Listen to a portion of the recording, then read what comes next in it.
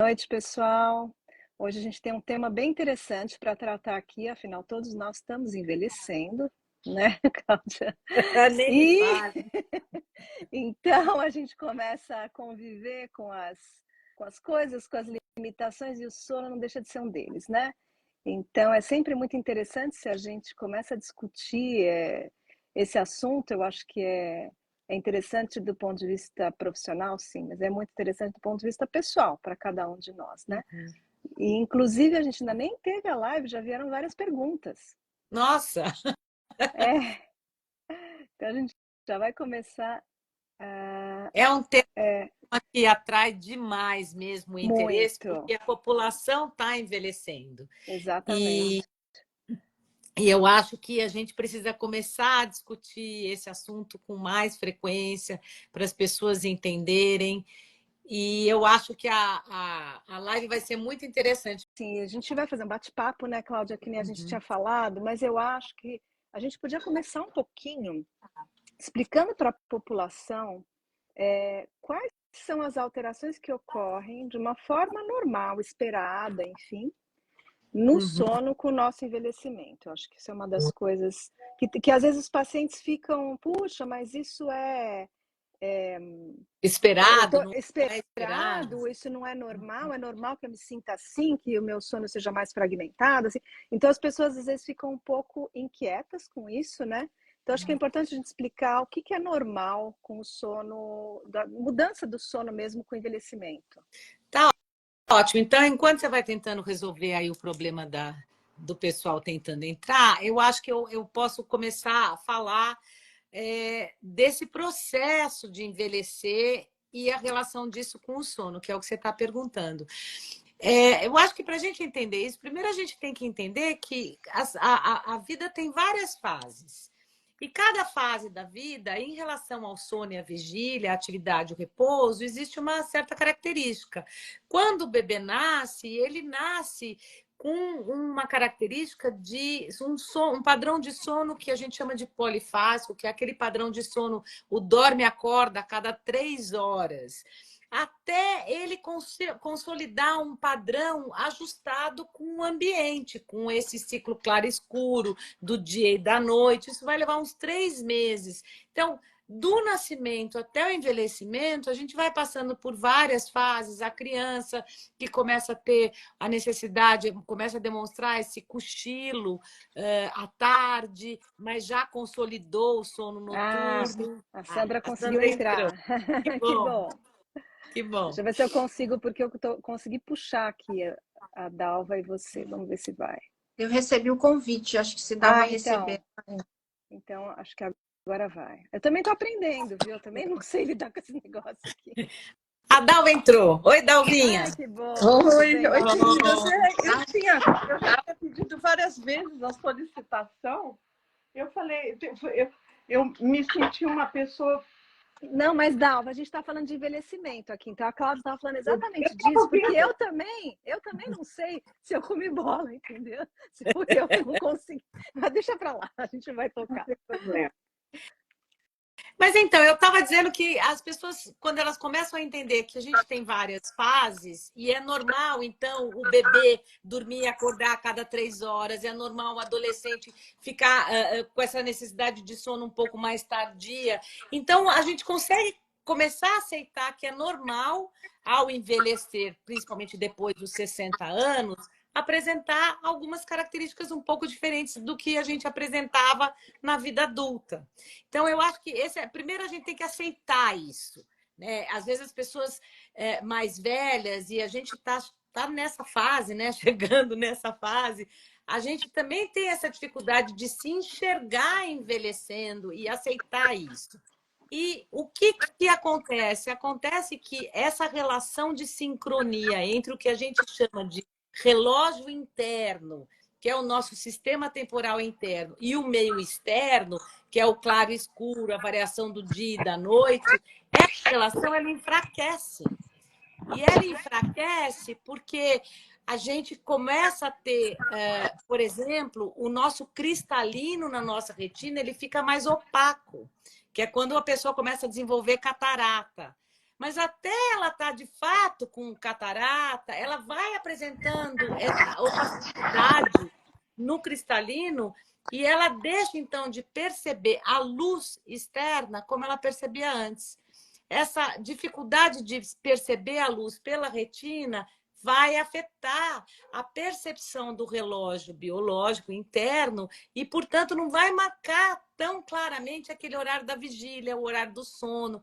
Agora, você coloca essa questão do cristalino mais opaco, com o fato de que um hormônio que é super importante para regular o nosso relógio biológico. O cristalino mais opaco, Cláudia, só para lembrar que é o processo de catarata, que todo mundo conhece como catarata. Exatamente, exatamente. E aí a pessoa ela vai ficando com esse processo do cristalino mais opaco por anos, até de fato ela tá com a catarata e ir lá fazer uma cirurgia. E nesse processo todo, ela tá percebendo menos luz, associado ao fato de que o hormônio que ajuda a regular isso tudo, que é a melatonina, também diminui em concentração, a gente produz menos. Então, a gente produz menos um hormônio super importante para regular o nosso padrão de sono e vigília.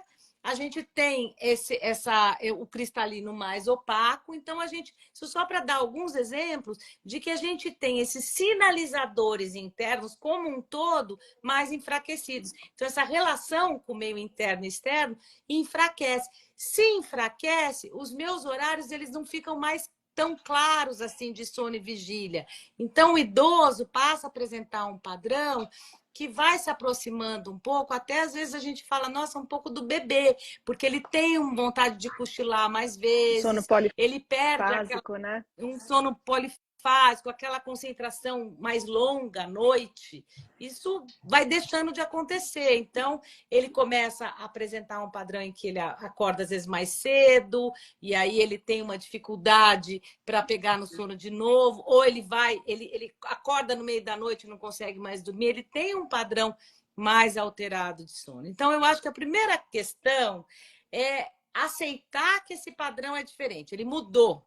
Né? Eu acho que é isso. Ele muda, mas isso é normal e é esperado. Então, se é normal sentir vontade de dormir à tarde? É. Então tá bom, vamos tirar um cochilinho à tarde. Então, basicamente, eu acho que é isso. Acho que só para complementar, Cláudia, às vezes eu recebo pacientes assim, 40, 45 anos, 50 anos, que a queixa do paciente é acordar uma vez durante a noite, acordar 2 vezes durante a noite. Aí eu pergunto, mas você volta a dormir?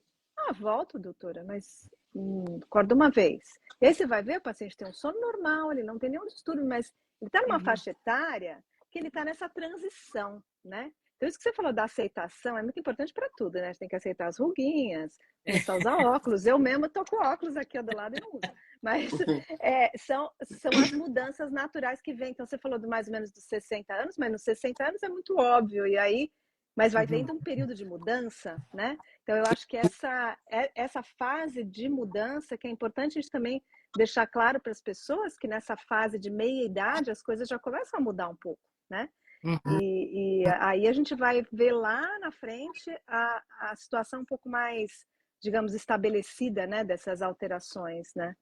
E lembrando que são várias as causas, né, de porque o sono no idoso ele fica diferente. Tem até alguns autores que falam que parece que é o normal do idoso, é o normal do nosso envelhecimento, não é uma patologia necessariamente. A gente envelhece por várias causas, não só nosso cérebro envelhece, alguns neurônios envelhecem, nosso cérebro diminui. O relógio biológico que faz os nossos ciclos funcionarem normalmente, ele também envelhece. As áreas que fazem a gente ficar acordada lá no cérebro, que fazem a gente dormir, também envelhece. Então, o sono também vai ficar diferente, né? Além disso, tem a questão da catarata, que foi muito bem colocada para o nosso cérebro regular sono e vigília. Tem que ter luz chegando nele, né? Então, a catarata já diminui isso, e no idoso é normal. Tem também diminuição de produção de hormônios. E as doenças com o envelhecimento, infelizmente, algumas coisas ficam mais comuns. Tendem a ter mais pressão alta, mais diabetes, mais doenças crônicas que também atrapalham o sono. Então, o sono do idoso, ele fica um sono normalmente mais leve. No idoso que envelhece bem, com poucas doenças, sem nada neurológico, o sono fica mais leve, tem menos sono profundo, acorda mais vezes à noite. Isso é considerado um padrão que é normal para o idoso. aquele idoso que envelhece bem, né? Tirando aí as demências, o demenciado vai ter um sono pior ainda do que um idoso que envelhece mais saudável, né? Com o cérebro sem demência. Mas assim, Uma a queixa Cibele muito. tocou em Desculpa. a Pode Cibele falar, tocou Dal. em um ponto bem interessante, sabe? Voltando para a fisiologia, né? Para o que a Cláudia estava falando. Eu acordo 1, 2, 3 vezes à noite. Se se o adulto não desperta à noite, isso é normal, a espécie não sobreviveria.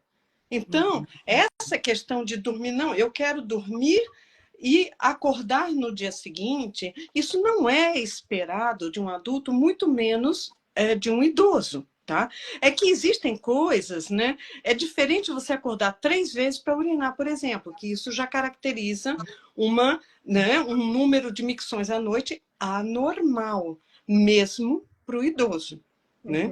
Mas você acordar e retomar o sono, isso é normal para todos os adultos. E uma outra questão importante que a Sandra levantou, assim, com o tempo também existem vamos dizer, a prevalência, a frequência de probleminhas que causam dor também aumentam. Né? E a dor é um grande inimigo do sono. É um fragmentador, né? Exatamente. Eu ia só comentar, Dalvo, exatamente o que você falou, essa questão, porque muita gente pergunta sobre essa questão de ir ao banheiro. Ah, é normal ir ao banheiro? Não é normal ir ao banheiro.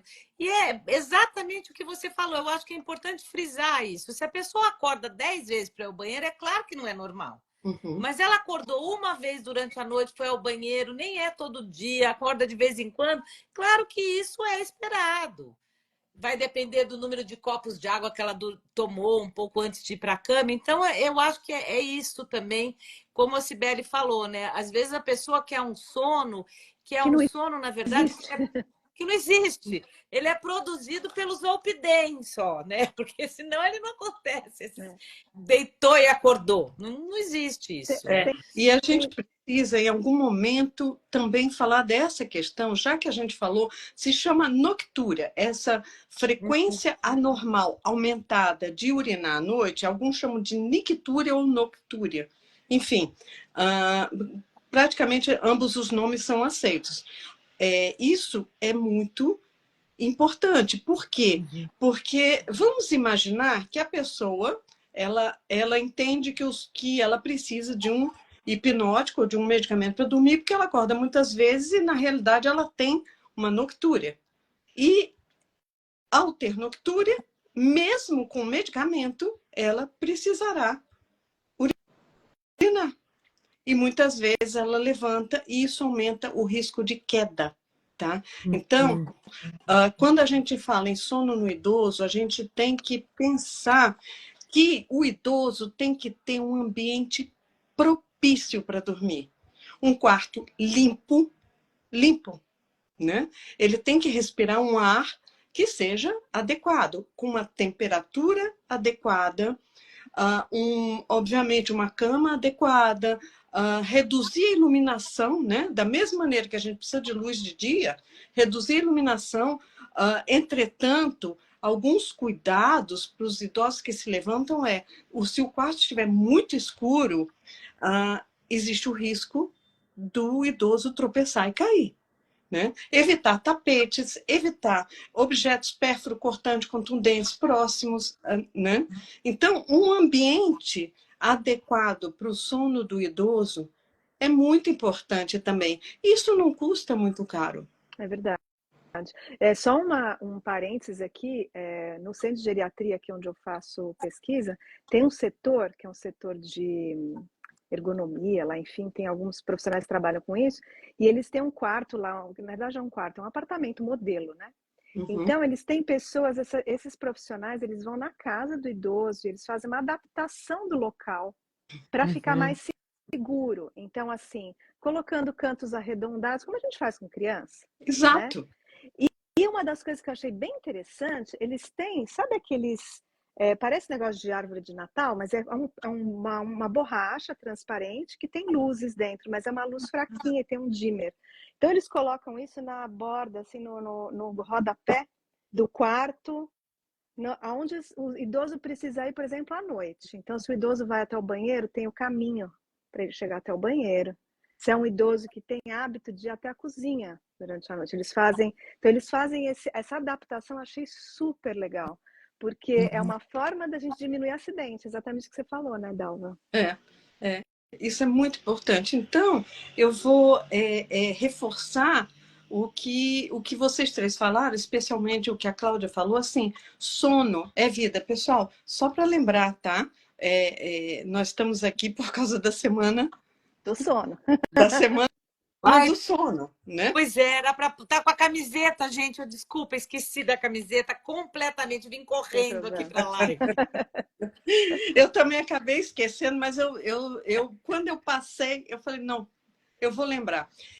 Então, nesse cenário, a gente reforça a importância do sono em todas as faixas etárias. Estamos aqui porque o idoso é uma população especial, né? E nós temos que zelar pela saúde do sono do idoso, como o nosso slogan, saúde do sono. Eu queria dizer uma coisa para vocês que estão nos ouvindo, que, como vocês podem ter ouvido falar, a Organização Mundial de Saúde, ela cita alguns pilares da saúde, né? E, neste momento, todas essas sociedades, incluindo a Academia Brasileira do Sono e outras, né? A Sociedade Chilena, a sociedades asiáticas, junto com a Sociedade Mundial de Sono, todos nós estamos trabalhando para incluir o sono como um pilar de saúde na Organização Mundial de Saúde, que já tem reconhecido esse mérito, né? E essa importância do sono. Se você quiser desempenhar bem durante o dia, se você quiser ter uma vida saudável, você tem que ter um sono saudável. Nós precisamos dizer que sono não é perda de tempo, não é.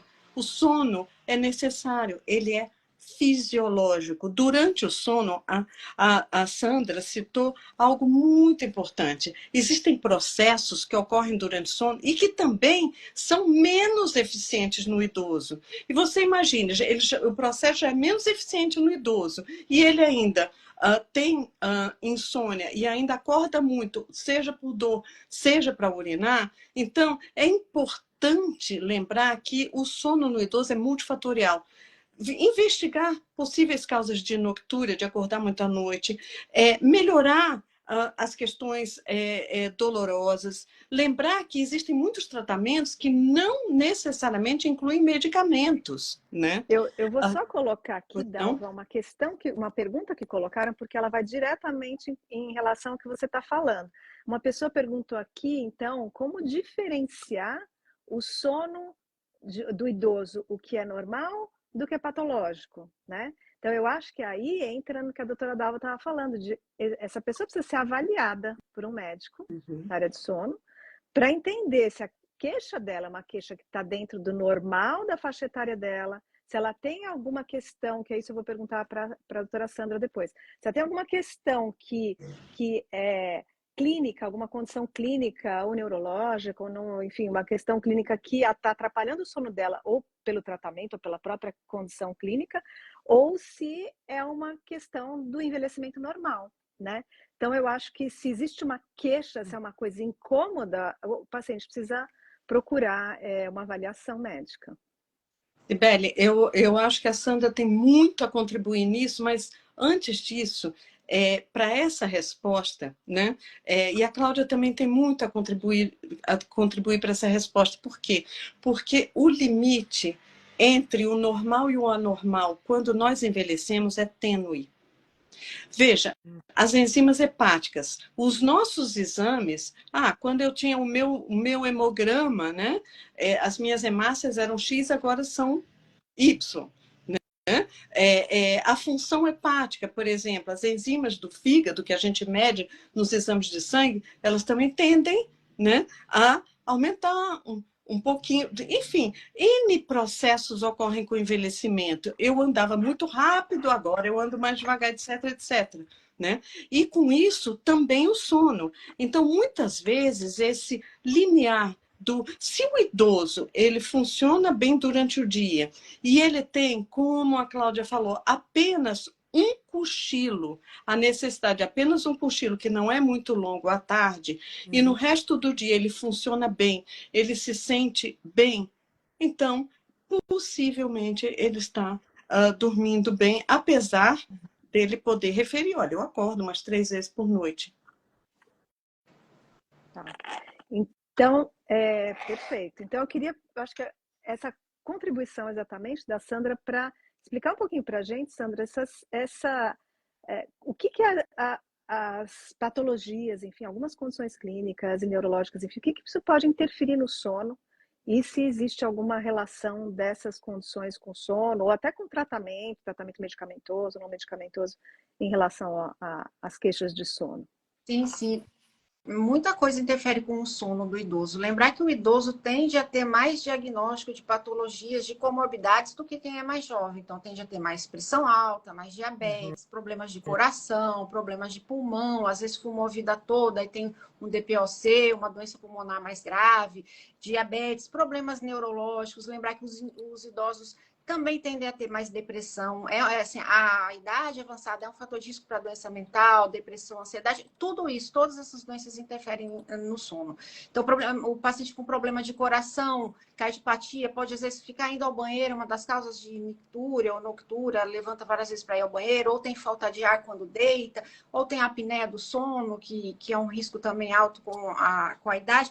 Tudo isso deixa o sono mais fragmentado, ele vai despertar mais ainda do que normalmente já despertaria. Lembra-se que o idoso que envelhece bem também já desperta mais vezes, e essas doenças vão dar mais despertares, às vezes mais idas ao banheiro, mais dificuldade de manter o sono. E muitas vezes essas patologias, elas requerem tratamento medicamentoso e alguns remédios para tratar doenças de base podem também interferir no sono. Por exemplo, o paciente tem pressão alta e toma um remédio para controlar a pressão, mas é um remédio que é um diurético.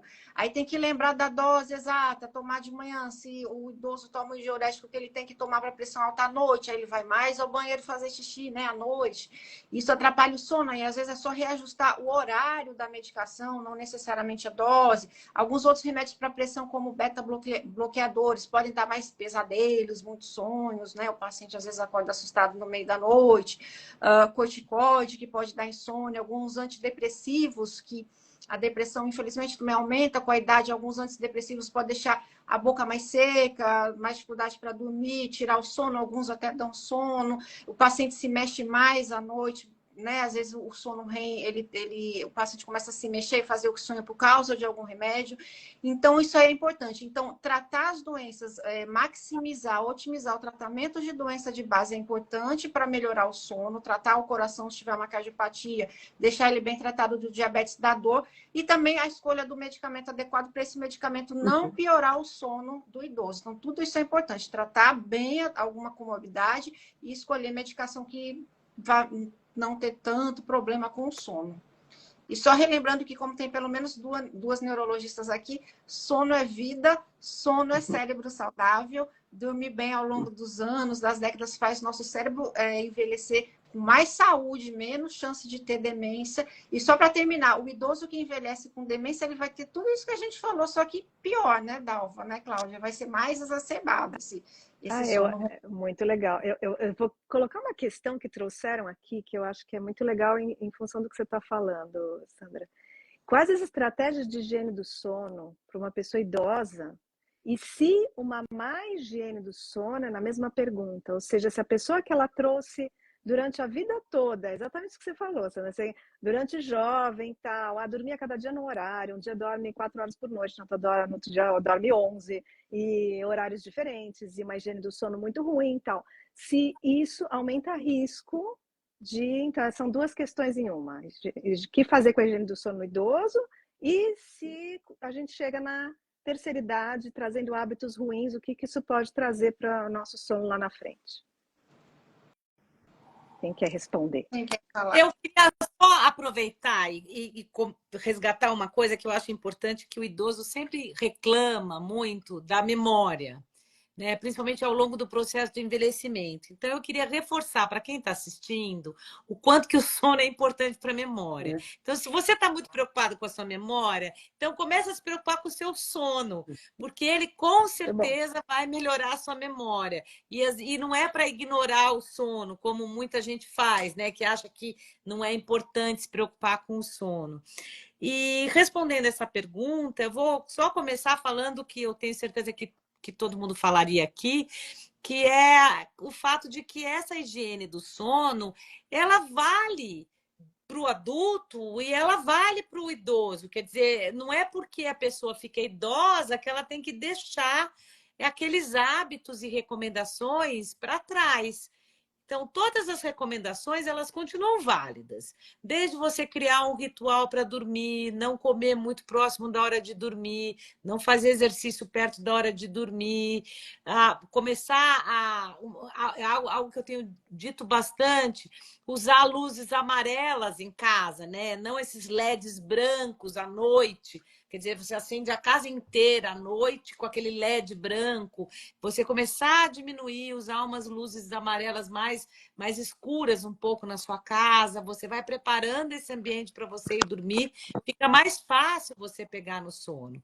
Com certeza, eu acho que esses hábitos eles não podem ser esquecidos e ignorados quando a pessoa ficar mais velha. Isso é fundamental para a pessoa não achar que, não, então agora eu fiquei mais velha, não vai adiantar nada. Claro que vai. Tem que fazer, porque melhora, Continuar né? fazendo. Continuar fazendo.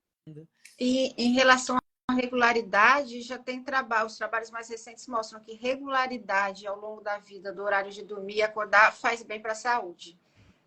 Essa vida muito louca, variar muitos horários, isso não é bom. Isso aumenta o risco de algumas doenças cardiovasculares, de cérebro. Então, a irregularidade a longo prazo é ruim.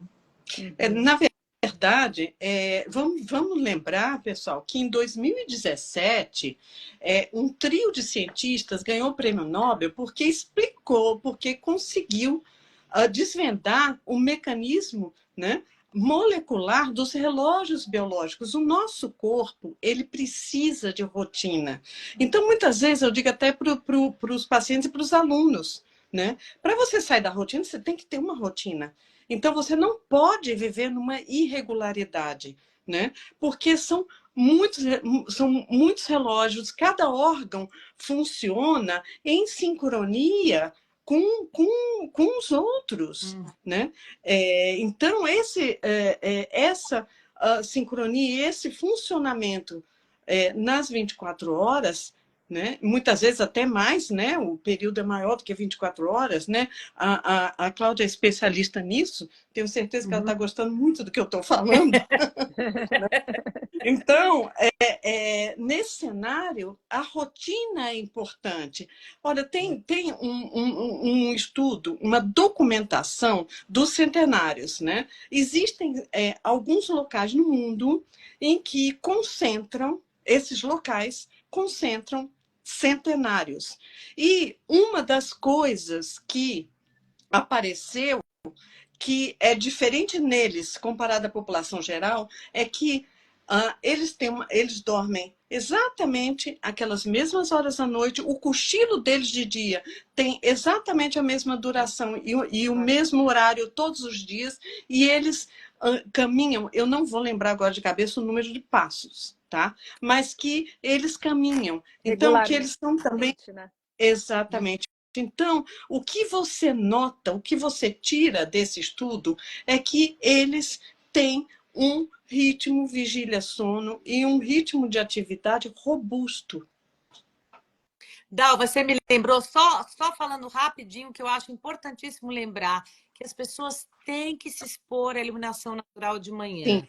Isso vai melhorar muito o sono, porque a gente fala muito, eu mesma acabei de falar dessa questão do LED à noite, a gente está sempre preocupado com essa iluminação artificial à noite, esquece de falar do sol de manhã. Quer dizer, principalmente a gente que mora num país Eu tropical, ia falar que a gente isso, um viu, número de Cláudia? dias Porque com sol, não é? no inverno aqui às 4 da tarde está escuro, né? Pois Então, realmente isso faz uma diferença muito grande em termos de depressão, em termos de insônia, né? E em termos de Sonolência. comportamento, de hábitos, de sonolência. Então, a gente tem que aproveitar mesmo. Eu acho que o fato de eu morar fora, eu estou cada vez mais brasileira, estou cada vez mais valorizando o que a gente tem aí. Mas é É, verdade, né? A gente sabe o que a gente tem de maravilhoso no nosso país. E uma das coisas é isso, é o clima, né? A gente tem o sol, pode estar chovendo, mas tem claridade, a gente tem o dia, né? Uhum. E aqui a gente tem uns dias assim no inverno, agora que o dia está indo até às 6:30 da tarde, as pessoas estão saindo. Esses dias fez 12 graus, as pessoas de camiseta na rua, né? Porque tá calor. Nossa Então, Senhora. para quem passou por -30, 2 semanas, né? É mais ou menos por aí. Mas realmente isso faz uma grande diferença. E eu acho que eu volto no que a gente estava falando no começo da live, Cláudia, que a população está envelhecendo, né? Uhum. É, a gente está aí no sono, né, estudando o sono já há bastante tempo, quando não se falava muito nisso, né, quando não era tão valorizado como é hoje. E hoje a gente sabe o quanto o sono é importante, né, para a saúde geral. Isso que a Dalva estava falando, né, da Organização Mundial de Saúde, está colocando o sono dentro dos pilares, né, são os 8 pilares de saúde, né, Dalva? Então a gente que bom, né, que a sociedade está enxergando isso, Uhum. né? E que bom que a gente tem acesso hoje a profissionais que tratam as pessoas que não têm saúde do sono, de uma forma geral. Mas, voltando ao nosso assunto, que é o idoso aqui, a população mundial está envelhecendo, né? Eu tenho mais ou menos acesso aos números, porque como eu estou trabalhando mais com geriatria, agora sempre que eu vou dar alguma palestra no assunto, eu tenho que entrar com essa parte epidemiológica, né? E assim, a população mundial em 2015 era de 11 alguma coisa por cento de idosos. Esse número até 2030 vai subir para 22%. Acima de uhum. 65 anos. Então, a população mundial está envelhecendo. O Brasil ainda é um país mais jovem, né? Aqui no Quebec, a população acima de 80 anos, do ano passado até 2050, se não me engano, ela vai mais do que dobrar Sim, o número de pessoas.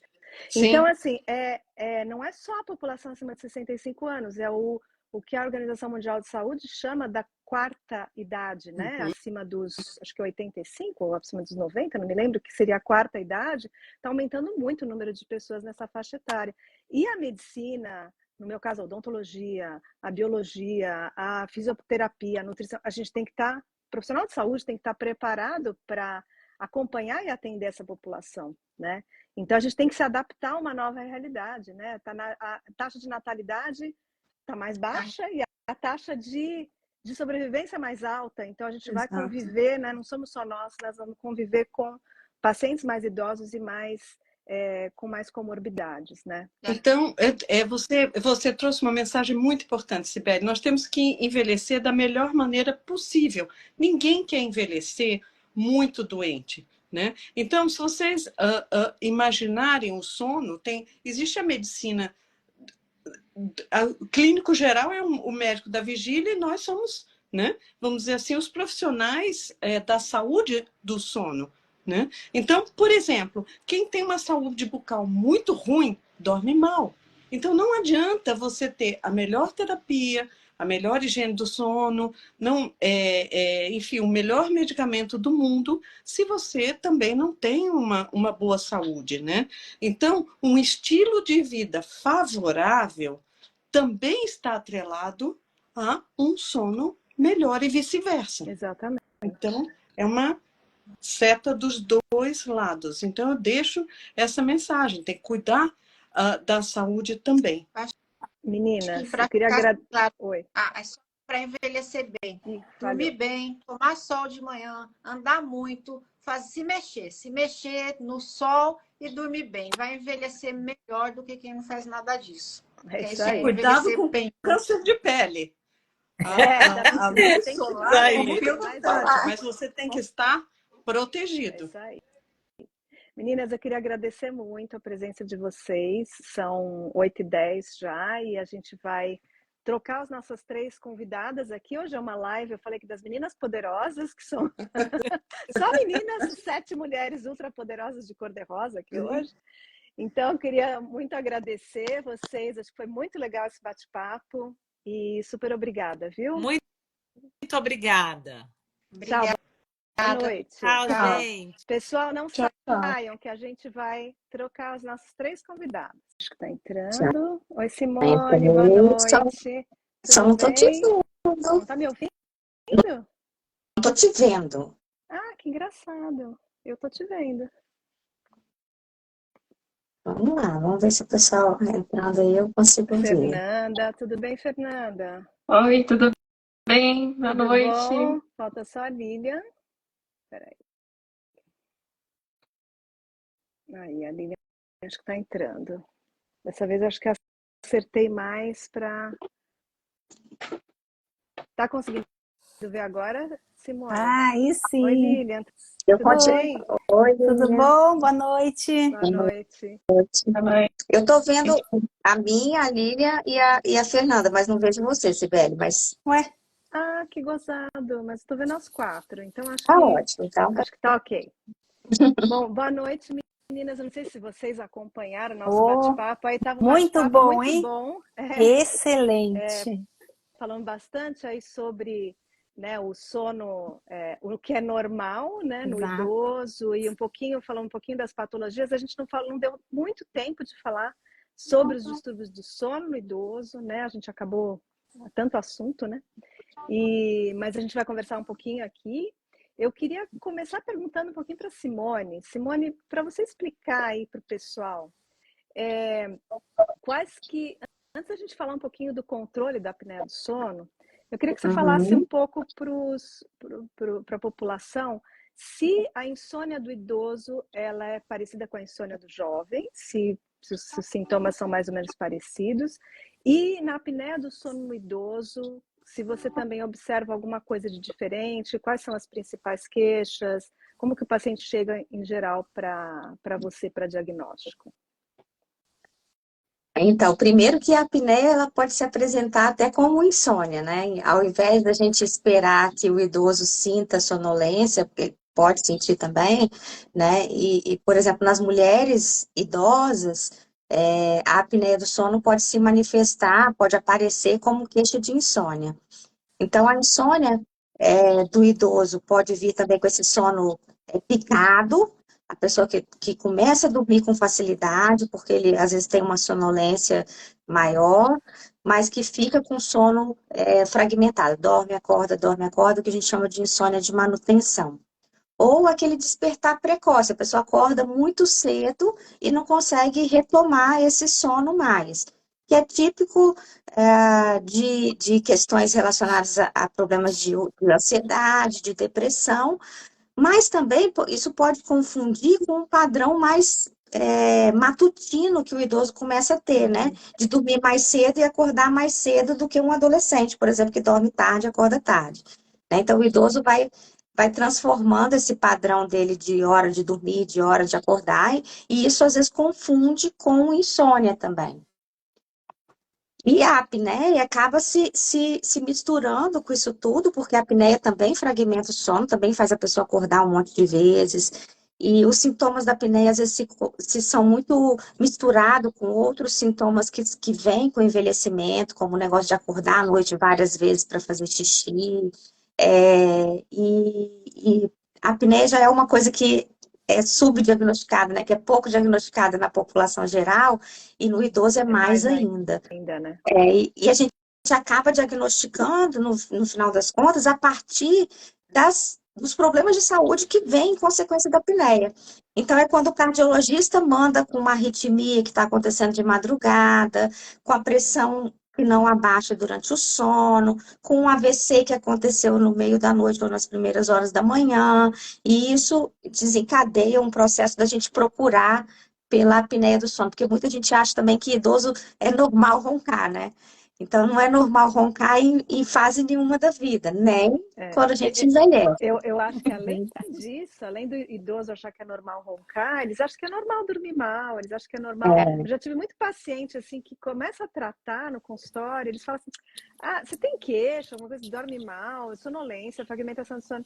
Ah, não, porque não é uma coisa aguda, né? A pessoa vai acostumando a dormir mal e ela acha que aquilo é normal. é normal E aí o é muito idoso que para interessante. e cochila em qualquer Exato, lugar, né? eles acham que isso é normal.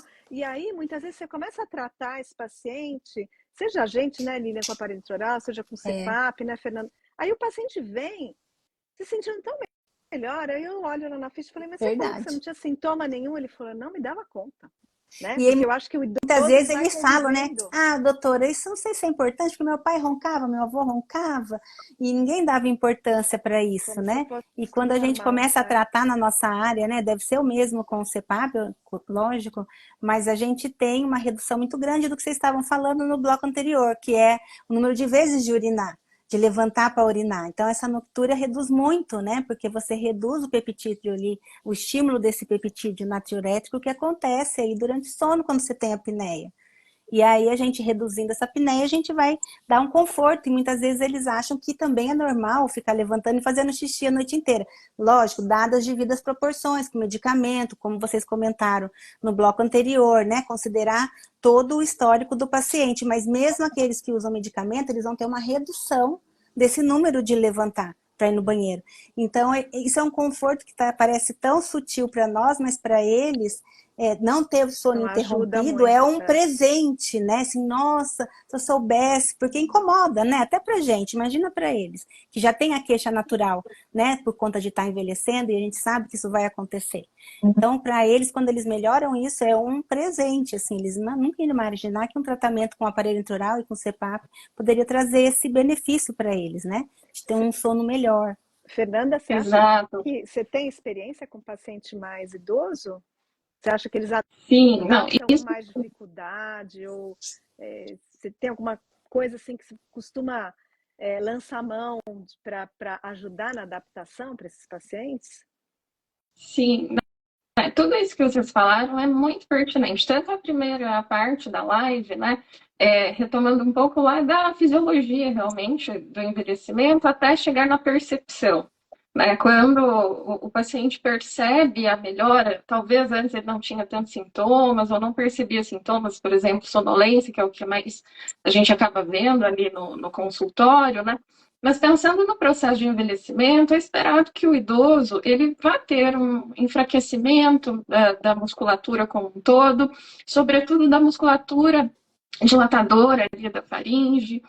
Com o passar dos anos, esse idoso ele pode ter um aumento de peso e isso vai piorando ainda mais a questão da respiração durante o sono, vai reduzindo, por exemplo, a proteção da tração traqueal, enfim. Então, isso vai piorando a apneia. Então, a gente vê que tem a relação, a predisposição genética, anatômica, mas o processo de envelhecimento pode levar à ocorrência de apneia, né?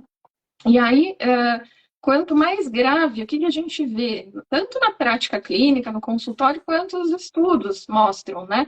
Que quanto mais grave a apneia desse paciente, não somente olhando o índice de apneia, que às vezes os pacientes chegam, né, vêm indicados pelo médico do sono e falam, nossa, meu índice de apneia, meu IH está de 50, 60 por hora. Mas tem ali uma carga hipóxica exacerbada, né? E isso vai trazer prejuízos neurocognitivos para esse idoso. E a gente sabe que o processo de envelhecimento ele está associado com demência, por exemplo, Alzheimer, várias outras patologias, e isso acaba influenciando bastante. Então, na prática clínica, a gente precisa também ter atenção quanto às comorbidades desse paciente. Porque o manejo do tratamento com o CPAP, né, desde a avaliação, adaptação, escolha de interface, a gente precisa estar atento às patologias associadas, porque geralmente o paciente não chega só com a apneia, né? A apneia é só o diagnóstico mais recente ali. Então, a gente precisa estar atento à questão de pressão arterial, e como foi muito bem falado no bloco anterior da live, Por exemplo, pacientes que fazem o uso de diurético ou de beta-bloqueadores, isso vai influenciar no sono e aí na percepção do uso de CPAP. Né? Porque às vezes a gente está lá fazendo o acompanhamento do paciente, a gente está vendo que o índice de apneia e hipopneia reduziu, que a oxigenação durante o seu sono subiu através de ferramentas de avaliação que a gente lança a mão no dia a dia. Mas às vezes o paciente continua com uma sonolência residual. E não necessariamente é só por conta do CPAP. Então, a gente precisa estar atento a tudo. E aí o trabalho interdisciplinar é muito importante, porque a gente vê que pode acontecer a polifarmácia, né? E o medicamento interferir nos sintomas do paciente. Os pacientes que mais se adaptam são os que têm mais sintomas, porque eles percebem logo de cara. Mas esse paciente que levanta muito para urinar, ele coloca o CPAP de volta? Aí que tá, né? Então, porque esse paciente é, assim, o que a gente, me corrija se eu estiver errada, tá? Porque eu não tenho a mesma vivência que você com o CPAP, mas eu tenho muito paciente idoso e eu tenho pacientes que usam CPAP e aparelho intraoral, usam as duas coisas, tem mesmo aqueles que usam só o intraoral. Tem vários que falam, mas por que tirou o aparelho da boca, se foi só fazer xixi? Ah, não, mas me dá aflição, porque fica babado, tal, tira o aparelho da boca. Põe de volta? Não, não põe de volta. Também não lava o aparelho, larga lá, né? Então, isso é a coisa que mais acontece. Vocês acham que eles põem o CPAP de volta? Essa é uma pergunta, por que eu estou te perguntando isso, Fernando? Você falou isso de sintoma residual, né? Será que o sintoma residual é porque o paciente... Porque isso é uma coisa mais comum, Simone, do paciente tirar o CPAP no final da noite, ou no terço final da noite, e acabar não recolocando, né? E no idoso eu acho que é mais ainda, porque o idoso ele vai com mais frequência urinar à noite e ele acaba removendo o CPAP, né? Então isso é uma das barreiras que a gente tem para usar CPAP no idoso, né? Então, essa questão de ter destreza também para colocar e tirar, de ter força muscular, de ter capacidade cognitiva, né? Se a gente estiver falando de um idoso mais idoso, ou um idoso com uma doença neurodegenerativa, né? Com alguma demência. Então, existem algumas barreiras que dificultam o uso do CPAP entre as pessoas idosas, mas isso não pode fazer com que a gente interprete isso como assim, o idoso muito idoso ou o idoso com uma demência não deve ter o CPAP como escolha de tratamento, né? O que deve ter um acompanhamento mais próximo ainda, né? Né, Fernanda? Uma escolha de uma interface, por exemplo, uma máscara que seja fácil de colocar e tirar, né? Porque se você coloca uma máscara que tem muita coisa para fazer ali de madrugada, ele vai tirar quando for urinar e não vai colocar de volta, né? Então, isso a gente tem que se preocupar mesmo, né? Não deixar de tratar, né, por causa dessas coisas, mas saber que esse tipo de coisa pode acontecer e que a gente tem que fazer alguma coisa para contornar isso e acompanhar bem de perto. Eu vou até contar para vocês de um trabalho que acabou de ser publicado aqui, que foi feito uma parte aqui em Montreal, em 2 universidades, e uma parte lá em Vancouver, que foi um trabalho que eles davam para os pacientes, foram 81 pacientes que terminaram esse trabalho. O CPAP e o aparelho intraoral em ordens diferentes, né? E depois cruzava, todo mundo usou os 2 aparelhos. E no final, eles conseguiram uma verba para cobrir CPAP e aparelho intraoral para todo mundo. Eles deixavam os 2 aparelhos com os pacientes. E os pacientes usavam da forma que eles queriam. Tá? E eles viram que depois de um ano, 56% dos pacientes gostaram, porque o nome do estudo é Choice. Escolha o que você quer fazer. Então, 56% querem ter os 2 aparelhos. Eles querem ter o CPAP e o aparelho intraoral e usar de uma forma... cada hora eu uso um, né? E alguns pacientes, inclusive, de vez em quando usam os 2 juntos, tá? Então, por que eu tô falando isso? Porque tem pacientes, por exemplo, um deles procurou a gente há pouco tempo lá no hospital, dizendo o seguinte, que ele estava com problema de próstata, então ele começou a levantar mais vezes para urinar à noite. E ele falou, às vezes eu estava tão adaptado com o meu CPAP que às vezes eu tirava, na primeira noite que eu acordava, até punha, na primeira vez que eu acordava, até punha de novo. Mas depois eu acordo 3, 4 vezes, ele falou, acabava num ponto que me dificultava pegar no sono de novo. Ele falou, o aparelho era mais fácil, mais portátil e tal. Eu comecei a fazer esse uso metade da noite CPAP, metade da noite aparelho intraoral, porque ele falou, eu via que se eu não fazia nada, eu acordava muito quebrado no dia seguinte, se eu não dormisse a metade da noite sem nada. Então a gente foi escutando esse tipo de depoimento diferente de um paciente para o outro, isso é muito interessante, né? Porque é a realidade do idoso, né? Que ele vai acordar mais vezes, é normal. Se ele vai urinar ou não, isso já depende de caso a caso, mas eles têm um sono mais fragmentado. Então, essa é uma das coisas que a gente pode ajudar através de um tratamento combinado, né? Através dos dois juntos. Isso é bem comum no consultório, né, Cibele? A gente, ultimamente, as pessoas têm mais informação, né, sobre opções de tratamento. Então, antes, as pessoas não tinham esse conhecimento do aparelho intraoral até uns 10 anos atrás. Achava que é só CPAP. Então, muitos não gostariam, não queriam, não se adaptavam e acabava ficando sem tratamento, né? Preferia não usar e pronto. Mas com isso, com o avanço aí, a divulgação mais, né, dos tratamentos para a apneia do sono, é muito comum. Eu recebo muito paciente que já usa CPAP no consultório, pedindo um aparelho intraoral para ele usar de vez em quando em casa, porque ele não quer usar todo dia o CPAP, porque ele acha mais confortável, ou porque ele quer viajar e não quer levar o CPAP, né? Então, assim, isso é uma realidade mesmo, né, Cibele? E é legal a gente ver esses trabalhos, porque isso a gente vê no consultório já há muito tempo, né? Só que não era falado. Então, como não tem publicação, os colegas, os profissionais de saúde, muitas vezes só nós que somos dentistas estávamos vendo isso, mas isso não estava sendo divulgado, essa possibilidade da combinação de terapias, mas hoje isso já é uma realidade. Sim. Então, a gente consegue oferecer isso para o paciente e também os colegas, né, nós que estamos sempre estudando, vendo trabalhos, a gente chega para nós primeiro essas informações, então a gente tem condição também de fazer um spray, né, dessas novas terapias, para que o paciente, a choice é isso mesmo, né, o paciente ele tem que fazer parte da escolha, porque senão ele vai ficar à margem do tratamento. Não adianta enfiar a goela abaixo para ele um tratamento, seja o aparelho intraoral, seja o CPAP, porque ele não vai aderir. Então, a gente precisa fazer o nosso melhor, combinar terapias, né, dentro da nossa multi-interdisciplinaridade, para assistir esse paciente da melhor maneira. Isso é a nossa função, independente do que ele prefira. Oi, Fernanda. Pode falar. Sim. Uma coisa realmente, a terapia combinada realmente vem sendo cada vez mais avançada, apoiada, né? Mas também é importante a gente ressaltar que é importante a terapia individualizada, né? Então, o que vai fazer diferença para o paciente é caso a caso, né? Então, não é tudo que vai funcionar para todo mundo.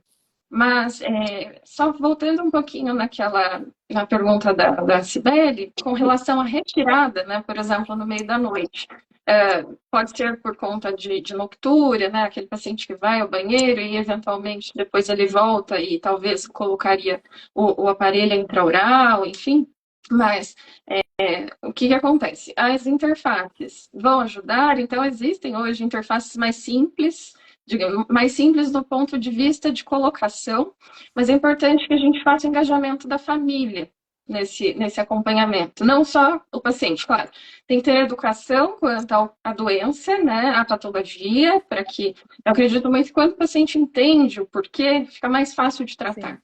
Então, na prática clínica, eu vejo que os pacientes 60 mais, 70 mais, até 80 mais, tem uma boa adesão, mas isso depende do quão acompanhado e quão bem acompanhado ele vai ser.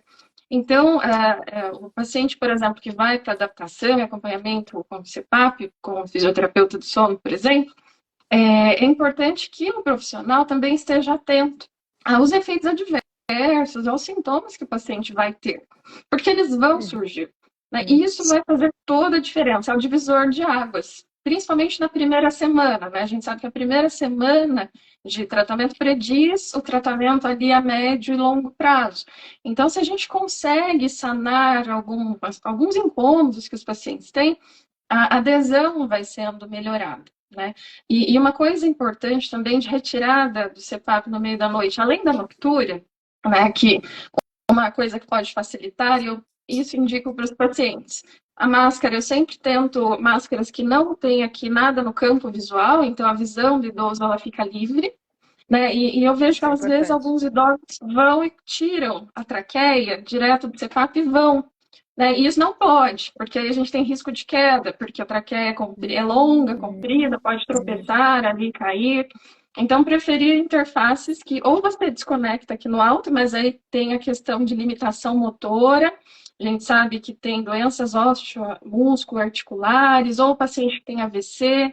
Então, talvez a gente tenha que colocar uma interface mais fácil ali proximal, ou o engajamento de novo da família. Mas uma coisa que a gente vê bastante, a retirada da máscara de CPAP no meio da noite, é por vazamento de ar. É uma queixa muito comum e que interfere na adesão e na continuidade ou não desse paciente com o tratamento, com o CPAP. Então, por exemplo, se o vazamento de ar é pela boca, o que acontece?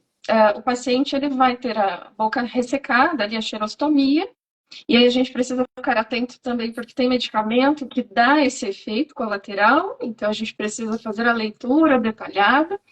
E nós temos facilitadores hoje em dia, que são equipamentos que permitem o telemonitoramento. Então, a gente consegue saber exatamente o que aconteceu noite a noite com o paciente. Então, se está vazando ar e consegue identificar se aquilo é pela boca ou se é pela máscara. Porque se o ar começa a vazar pela boca, sobretudo no sono REM, onde tem uma redução maior ali do tônus, da musculatura, da via aérea, e ele vai abrir a boca, ele vai retirar a máscara. Né? E aí não vai querer colocar novamente. Então, a gente precisa lançar mão de instrumentos, né, de recursos, para diminuir essa questão de vazamento e aí a interdisciplinaridade novamente, né? Exercícios. Aí vem a nossa área também, né, Cibele? Porque quando você tem o vazamento, como você falou, cada caso ele não é igual para todo mundo, a gente vai fazer sempre individualização, porque é uma equipe multidisciplinar, né? Então, a gente está sempre conversando com os colegas indicadores. Mas quando a gente vê esse problema, uma das soluções, dependendo, né, do que a fisioterapeuta está vendo ali na rotina dela, uma das soluções é acoplar, é combinar o aparelho intraoral, porque ele vai manter a mandíbula avançada, vai diminuir a queda da mandíbula para trás, ou seja, vai evitar que essa boca se abra e fazendo com que você reduza muito esse vazamento. Então, a terapia combinada nesses casos com o aparelho intraoral é muito válida. Eu tenho bastante experiência aqui com pessoas mais idosas, né? E a pressão alta também do CPAP. Quando você está usando um aparelho de avanço, você reduz a pressão porque a via aérea abriu, então aquela pressão do CPAP, automaticamente ela já vai ser reduzida. Então, ajuda até na adesão do CPAP, né? Então, e você vai vendo o paciente, como você disse, vai avaliando o que está acontecendo com ele, e aí a equipe multidisciplinar vai podendo ajudar. Por isso que é bacana, né? A gente está sempre interagindo e conhecendo as nossas ferramentas, né? Porque juntando a gente faz o paciente ter uma melhor noite de sono. Lilian, já vou te perguntar uma coisa do aparelho intraoral, eu só queria complementar uma coisa que a Fernanda falou, que como eu tenho meu pai com 95 anos, com cuidadora direto, etc., eu sei a dificuldade que é, né, introduzir qualquer coisa diferente na vida de um idoso, ainda mais no que a gente fala dos nonagenários, né, que é mais difícil ainda. E eu acho que tudo isso que a gente está falando, né, ele é muito verdade para o paciente adulto, normal, que faz o tratamento com CPAP ou com aparelho intraoral, com o que quer que seja. Mas eu acho que existe uma limitação muito grande no paciente idoso, aí eu vou dizer dos 80 para cima, né? O que a OMS chama de quarta idade, ou de longevidade, são os pacientes acima de 85 anos, que é onde meus pais, os dois, estão, assim. Na realidade, quando a gente pensa e a gente avalia essa faixa etária, principalmente aquele paciente que não recebeu antes. Meu pai começou a ter, há pouco tempo, por exemplo, respiração de Chine-Stokes, porque ele tem doença renal crônica. Quem disse que ele aceitou CPAP? Nós tentamos de tudo, tá? Tudo que vocês puderem imaginar. Ele continua tendo Chine-Stokes. Ele não aceita o CPAP. Tira, joga fora, joga longe e tal. Por quê? E aí, ensinamos a cuidadora, a outra cuidadora, troca de cuidadora, e a enfermeira, não sei o quê. Não há quem faça que ele fique com CPAP, porque ele coloca lá, tá bom, ele fala que vai ficar, mas dá 2 minutos de sono, tira, você entendeu? Então, assim, parece que a gente tem um monte de boa vontade, de teoria, mas tem coisas que no Sim, nosso dia a dia ainda não funcionam e a gente ainda tem desafios muito grandes. muito. E eu tenho, obviamente, experiência como a Lilian na área odontológica, e eu vou dizer que os nossos desafios no idoso são muito grandes. A gente tem o idoso que chega com uma condição de uma doença periodontal, de perda de suporte ósseo nos dentes, de mobilidade dentária ou de uma história anterior de doença periodontal, de perda de dente, de perda de suporte para colocar o aparelho. Simples assim, a gente não tem o alicerce para botar a casa em cima. Então, aí, coloca o retentor de língua. Gente, alguém já botou aquilo na boca? Fala sério, eu já coloquei. Eu já Horrível. dormi, eu já dormi, lógico, não é o melhor dos mundos, né? Fui fazer um curso uma vez nos Estados Unidos, estava começando nessa área, aí cada um tinha que usar um negócio daquele durante a noite. Falei, pelo amor de Deus, eu não acho aquilo horrível, mas assim, é o que às vezes a gente tem de solução para o paciente que usa dentadura nos dois arcos, superior e inferior. Porque, inclusive, a Lilian foi uma das primeiras pioneiras aí de colocar aparelho em cima de dentadura, né, Lilian? Publicado, tudo. E de pacientes com poucos dentes também, né? Então, pacientes que usam prótese parcial removível com 6, 7 dentes em cada arco, que a gente não fazia isso. Às vezes a gente então falava, a gente consegue hoje. A Lilian foi das pioneiras, aí publicou os casos dela, tudo super bonito.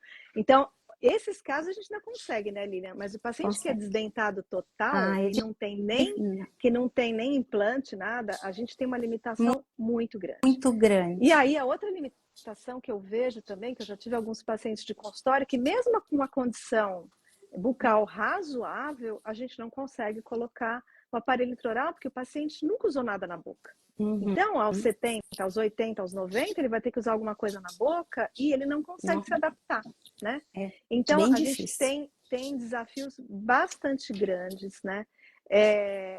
Uma outra questão que eu queria trazer também, que eu acho que é um pouco nova para a maioria das pessoas, assim, é a questão do bruxismo. E o bruxismo ele pode estar associado com a apneia do sono em 50% dos casos, mais ou menos. E o paciente às vezes vem com uma queixa de dor, de disfunção temporomandibular e está associado com bruxismo. E antes a gente achava assim, o bruxismo reduz com a idade. Hoje os estudos mostram que na realidade o que reduz são as queixas. Porque o paciente com a idade, ele passa a ter outras queixas. O bruxismo não deixa de ser uma coisa tão importante. Ele tem apneia, tem insônia, tem noctúria, ele tem um monte de problema cardiovascular. Mas a polisono foi o trabalho até que você liderou, né, Sibeli? Que você fez ali um multicêntrico, que isso foi, assim, divisor de água. Por quê? Na clínica do dentista, gente, nós que trabalhamos, assim, não só com sono, mas eu sou ortodontista, a Sibeli protesista, né? Trabalhou com reabilitação oral há muito tempo. A gente via que tinha bruxismo, que os pacientes reclamavam. Só que a literatura falava que não, que isso ia reduzindo com a idade. Então, esse trabalho da Sibeli, ele veio mostrar que não é bem assim. Na verdade, é que o idoso tem tanto problema, ele começa a ter que se tratar de tanta coisa, e ele acaba, se você comparar uma doença cardiovascular com bruxismo, ele vai lembrar que ele tem bruxismo? Então, ele acaba que nas pesquisas ele nem relata, né, uma queixa dessa. Conviveu a vida inteira com aquilo, né? Então, aquilo para ele já passou. E aí, só retomando em relação às dificuldades do idoso, a gente vê muito isso para adaptação, mas eu gosto muito de trabalhar também com terapias combinadas, que é a fono. Ela ajuda muito a desensibilizar. Então, eu trabalho muito com fono nesses casos de mais idosos. Porque eles têm disfagia, então a disfagia também incomoda, eles engasgam demais. Então, a fono, ela ajuda muito nesse início do tratamento, que é que nem para o CPAP. Então, aqui no consultório, tem 2 fonos que trabalham comigo juntas, né? Então, assim, nós conversamos, estamos muito juntos quando o médico encaminha, a gente tem uma conversa, sabe? Olha, vamos fazer isso, não está adaptando, vamos tentar. Elas também trabalham muito com pacientes com demências, né? Com Alzheimer. Eu recebo pacientes também que não se adaptaram ao CPAP, vêm numa fase inicial do Parkinson e do Alzheimer. Eu tenho experiência com o aparelho intraoral, tem publicação já sobre isso, mas é possível, agora, né? Saiu, Parkinson, você viu? Isso. Então, assim, estudo piloto, tem o de Alzheimer também, que até você melhorou nesse trabalho, mostrou 70% de melhora em pacientes com declínio cognitivo após o uso do aparelho intraoral e 50% no grupo de Alzheimer com o aparelho intraoral, melhorando, né, os scores ali dos questionários. Então, assim, lógico que não são para todos, mas se ele não está usando CPAP, nós temos como tentar fazer uma melhoria deste sono através do aparelho intraoral. E a fono, nesses pacientes idosos, elas são importantíssimas, por conta disso que a Cibele falou. Eles têm as manias deles, fora isso, a parte emocional, eles não querem, então ela fala que incomoda, então elas com muita calma vão desensibilizando, vão fazendo exercício. Então, sim, a gente tem que lembrar que a equipe multiprofissional, a gente tem que estar atuante na nossa rotina de quem trabalha com sono, porque senão sozinho a gente não vai conseguir. Porque cada paciente é único, é que você falou, né? Então, a gente sabe que cada um vai ter um problema, vai ter uma comorbidade, vai ter uma situação específica, né? Um quadro clínico que vai demandar uma individualização muito precisa de cada um de nós. A atenção, que nem você falou, né? Para poder ver as queixas do paciente. Aí a gente vai, né, junto com a equipe, direcionando, né? Acrescentar numa coisa que você falou, Lilian, que é o multidisciplinar, eu acho que a importância do interdisciplinar, né? Exatamente. Porque o que a gente vê muito, sim. E aqui no Canadá, esse final de semana que passou foi o Congresso de Sono, e estavam falando exatamente sobre isso, né? O fato das pessoas trabalharem isoladas, elas indicam uma para as outras, mas elas estão isoladas, Exato. Né? Então, muitas vezes, eu estou tratando um paciente que a Simone me encaminhou, mas ela não sabe exatamente o que está acontecendo, a não ser que eu dê um retorno para ela cada vez que eu atender, ou às vezes a gente dá um retorno só no final. Aí ela indica para fora, ela também... Então, assim, a importância das vezes a gente fazer esse alinhar, né, as coisas entre nós, né? E eu queria perguntar uma coisa para você, Simone, que no começo você falou sobre os idosos terem apneia do sono e ser misturado aí com a insônia, muitas vezes eles terem as duas coisas mesmo, né? Da parte medicamentosa, né, que digamos que é um idoso que tenha a apneia do sono e a insônia, e esse idoso está sendo conduzido para a apneia do sono, seja com o CPAP ou com o aparelho intraoral, eu queria que você falasse um pouquinho assim, para o pessoal da parte medicamentosa, quais que são as abordagens de tratamento e principalmente as preocupações, né? Uma das que a gente mais fala, né, o risco de queda, enfim, com zolpidem, com risco de amnésia, enfim. Qual é a sua experiência, Simone, nesses pacientes idosos? Aqui no Brasil, e também eu vejo, né, que no exterior também acontece da mesma maneira, mais ou menos, ainda existe um uso exagerado, por exemplo, de benzodiazepínicos, né, do Rivotril, do Alprazolam, né, como um medicamento para tratar a insônia. E isso não está em nenhuma recomendação, né? A gente não usa esse tipo de medicamento para tratar a insônia. A gente pode usar para outras questões, né? Para epilepsia, para distúrbios de ansiedade, mas para tratar a insônia a gente não usa. Por quê? Porque o risco é maior do que o benefício. Então, vai trazer dependência, né? A pessoa vai ficar viciada no remédio, vai precisar de doses cada vez maiores. E no idoso, isso vai trazer um monte de efeitos colaterais. Amnésia, piora da memória, maior risco de quedas. O Zolpidem, que veio como uma promessa também na década de 90, para substituir essa classe de medicamentos benzodiazepínicos, mas se provou como sendo mais ou menos a mesma coisa, né, em termos de risco para os idosos, e a gente vai ter que evitar esse tipo de medicamento, tomar muito cuidado com antidepressivos, como a amitriptilina, por exemplo, que causam uma sonolência excessiva também nos idosos, e a gente pode usar medicamentos como antidepressivos, que causam sonolência mais menos intensa do que a amitriptilina, do que os tricíclicos, por exemplo. Pode usar trazodona, por exemplo. A gente pode usar medicamentos que têm ação nos receptores de melatonina, que são mais seguros para o idoso.